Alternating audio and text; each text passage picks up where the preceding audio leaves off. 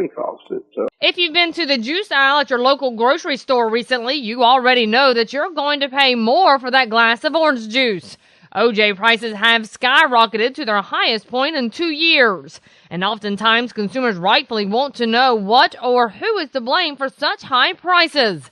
And economist Alan Morris, Vice President for Sales and Marketing for Blue Lake Citrus Products, says there's a simple answer. Well, the reason that citrus prices are high is because supplies are down. However, the solution to that problem is not so simple, as the devastating disease often referred to as citrus greening has taken its toll on the Florida citrus crop, the source of the majority of oranges used to make orange juice in the U.S.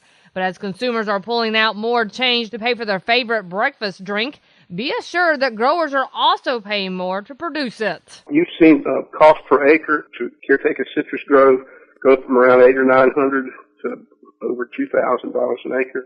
You've seen break-even costs go from around 75 or 80 cents to around $1.40 a pound solids.